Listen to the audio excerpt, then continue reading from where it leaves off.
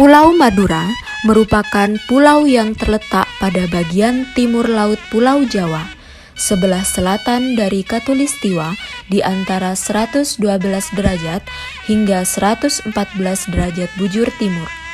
Pulau itu dipisahkan dari Jawa oleh Selat Madura yang menghubungkan Laut Jawa dengan Laut Bali. Kebanyakan masyarakat Madura merupakan masyarakat yang agraris.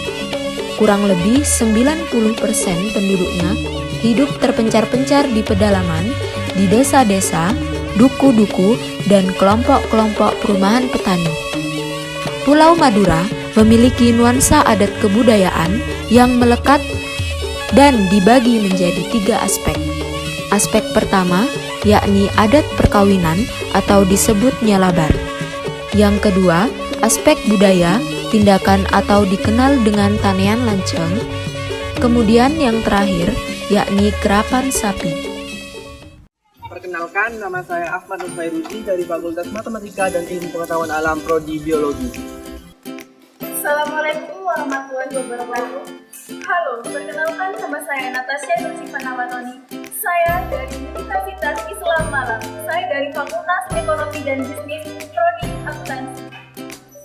Assalamualaikum warahmatullahi wabarakatuh. Saya Dewi Retno Febrianti dari Universitas Islam Malang, Prodi Matematika dan Ilmu Pengetahuan Alam. Assalamualaikum warahmatullahi wabarakatuh. Halo, nama saya Amelia Nisiswandini dari Fakultas Ekonomi dan Bisnis Prodi Manajemen. Saya dari Universitas Islam Malang.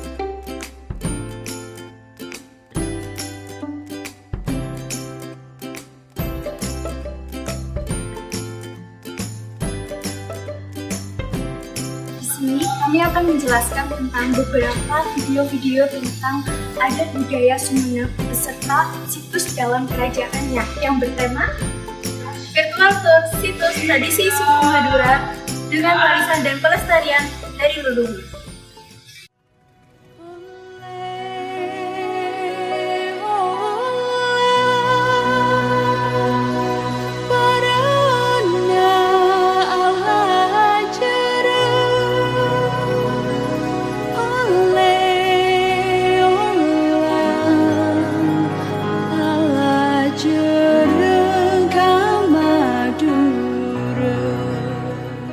Museum Keraton diresmikan pada tanggal 9 Maret 1965 oleh Bapak Bupati Sumenep, yakni Drs. Abdurrahman yang merupakan Bupati ke-9.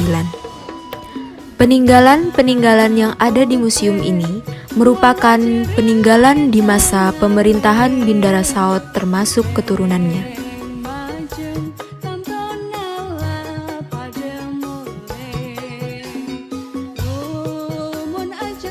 Di daerah Madura, Jawa Timur, hanya Sumenep yang memiliki keraton. Keraton yang dibangun pada tahun 1762 kini sudah berusia 260 tahun.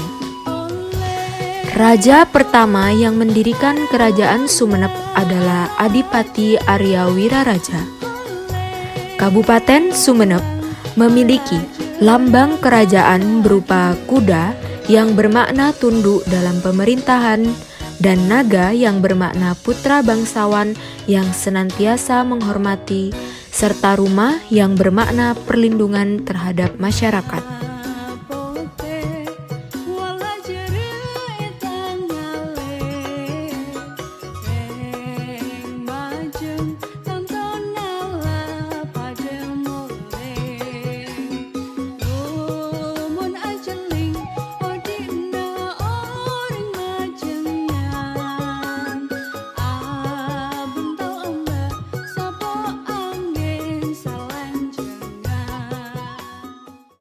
Keraton ini dibangun pada tahun 1762. Arsitekturnya dari Cina, luasnya 8,5 hektar. Satu-satunya di Madura, di Jawa Timur, hanya Sumenep yang ada keraton. Ada Labeng Misem, apa itu? Itu kan sudah dikenal. Kasihan apa kok dinamai Labeng Misem. Jadi kalau ada tamu ke keraton, lewat pintu Labeng Misem itu selalu disambut dengan senyum dan ramah. Bukan pintunya yang mesem, tapi yang jaga. Cuma namanya aja Labeng Misem. Jadi dalam museum ini, pertama ada kereta merupakan hadiah dari Raffles. Itu yang bikin orang juga melihatnya. Dan ada Al-Quran yang ditulis oleh Sultan Abdurrahman yang sangat paling unik sebenarnya itu dia keratonnya yang menarik wisatawan itu. Karena saya katakan kembali dulu, satu-satunya di Madura di Jawa Timur hanya Sumeneb yang punya keraton dan ada pemandiannya Taman Sari itu. Iya, bagus, itu bangga kita sebagai putra daerah karena punya keraton sebagai orang Sumeneb. Itu kita kalau kemanya ke luar Jawa, saya cerita tentang daerah sendiri, objek-objek wisata yang ada di daerah sini saya ceritakan kepada pengunjung biar orang juga menarik, walaupun saya secara tidak langsung memberikan cara memasarkan itu. Dulu di warung kopi, cerita dari mana, dari Sumeneb, cerita saya, Sumeneb ada keraton Pak, ada ini. Jadi orang kan pingin penasaran, pingin tahu. Taman Sari itu sesuai dengan mitosnya. Tangga pertama itu diyakini awet muda, dapat jodoh, dapat keturunan. Tangga kedua untuk karir jabatan, 3 keiman kesolehan. Memang saya mitos seperti itu nggak percaya dulu. Tapi alhamdulillah semuanya dengan izin Allah yang Maha Kuasa banyak yang terbukti dan hasilnya benar-benar nyata. Jadi Taman Sari itu saya terangkan sudah tadi. Tangga pertama itu diyakini awet muda, dapat jodoh, dapat keturunan. Tangga kedua untuk karir jabatan. Ketiga, keimanan dan kesolehan. Jadi akhirnya kan sumber itu, sumber alam yang menciptakan memang seorang wali Allah. Ya alhamdulillah pemerintahnya agak men-support dan mendukung. Baik tradisi seperti upacara tetap sampai sekarang dilestarikan supaya apa? Tidak punah. Kota Keris. Penetapan tersebut dikukuhkan pada 2014 saat Desa Aing Tongtong, Kecamatan Sarongki mendapat penghargaan dari United Nations Educational, Scientific and Cultural Organization atau UNESCO pada 2012. Pembuatan keris di Sumeneb tidak hanya asal membuat, akan tetapi disesuaikan dengan pesanan para kolektor. Sehingga para pembuat keris bisa membuat beragam model sesuai dengan keinginan para pemesan. Menurut pecinta keris, yang paling familiar ada 8 jenis keris, yaitu keris eluk 3, eluk 5, eluk 7, eluk 9, eluk 11, eluk 13, dan eluk 15. Bahkan di setiap jenis tersebut memiliki ciri khas berbeda berdasarkan pakem Jawa. Adapun harganya pun sangat variatif. Untuk jenis keris kelas biasa 500 hingga 1 juta rupiah, kelas menengah 1 juta hingga 5 juta rupiah, sedangkan kelas atas di atas 6 juta rupiah hingga ratusan juta rupiah. Lokasi empu berada di sejumlah titik di Kecamatan Sarongki. Ratusan keris dari para empu sudah banyak yang dihasilkan. Sebagian keris-keris tersebut saat ini berada di Disbud Parpora Sumeneb. Banyaknya para pembuat keris di Sumeneb tak lepas dari budaya Nusantara. Seperti yang diketahui, banyak daerah di seluruh Indonesia yang memiliki kemampuan membuat keris. Namun, pelestarian keris hanya ada di Sumeneb.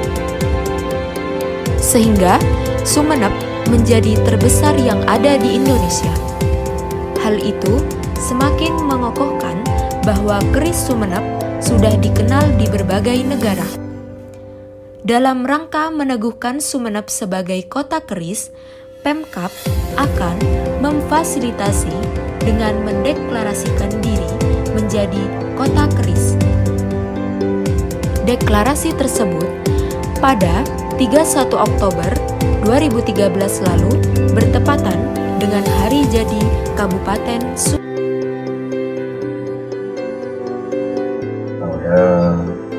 Mulai hasil keris di tahun 1900 untuk umur 11 tahun atas sama Ben untuk belajar pun sekebikal mereka tidak terjadi.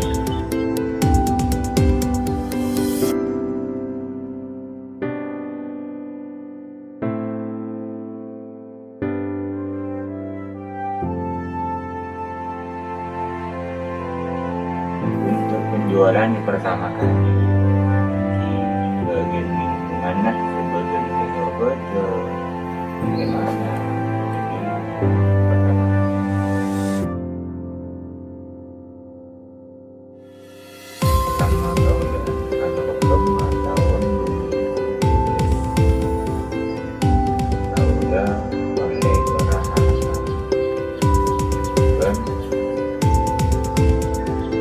kemudian kemudian oleh sebagai juara 1 dan juara 3 dari peneka nyaman atau ada buat termasuk buat Ega Woni benar pesanan sampai ke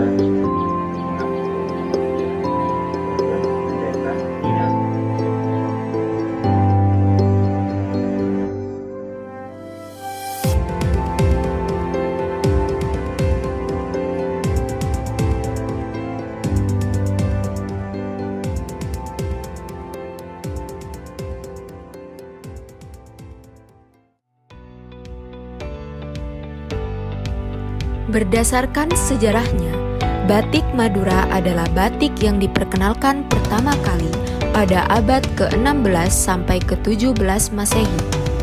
Diperkenalkan pertama kali oleh Pangeran Ronggo Sukowati di Keraton Mandilaras hingga akhirnya sampai pada masyarakat Pamekasan.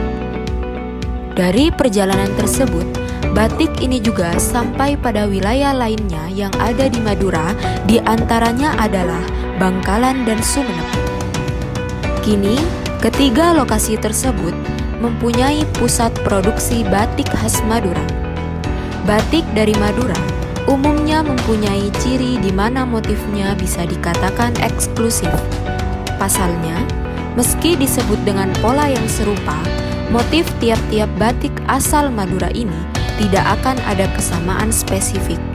Selain itu, batik satu ini juga punya jenis motif ataupun corak yang terbilang sangat beragam. Bagian motif yang jauh dari kesan monoton ini menjadi salah satu perbedaan batik Madura asli dengan jenis batik lainnya. Ciri lainnya adalah warna-warna dalam batik Madura asli terpengaruh oleh budaya Tionghoa, yakni warna merah, kuning, hingga hijau yang tampak begitu cerah.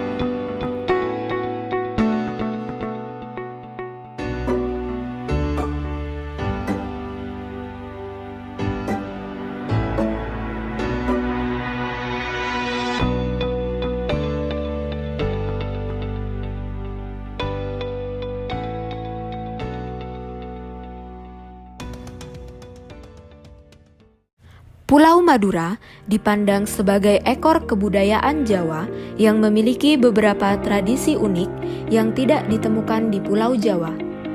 Tradisi unik tersebut adalah kerapan sapi. Kerapan sapi merupakan suatu kombinasi dari perayaan rakyat, hiburan, pertunjukan, kesehatan ternak, dan pacuan sapi. Disebut kerapan sapi karena dua pasang sapi jantan diadu cepat larinya atau ekrab sejauh jarak tertentu. Setiap sepasang sapi dikendalikan seorang joki atau disebut kuto atau tokang tongkok dengan memakai peralatan berupa pangonong atau kaleles. Yang paling awal sampai ke garis finish dianggap sebagai pemenang.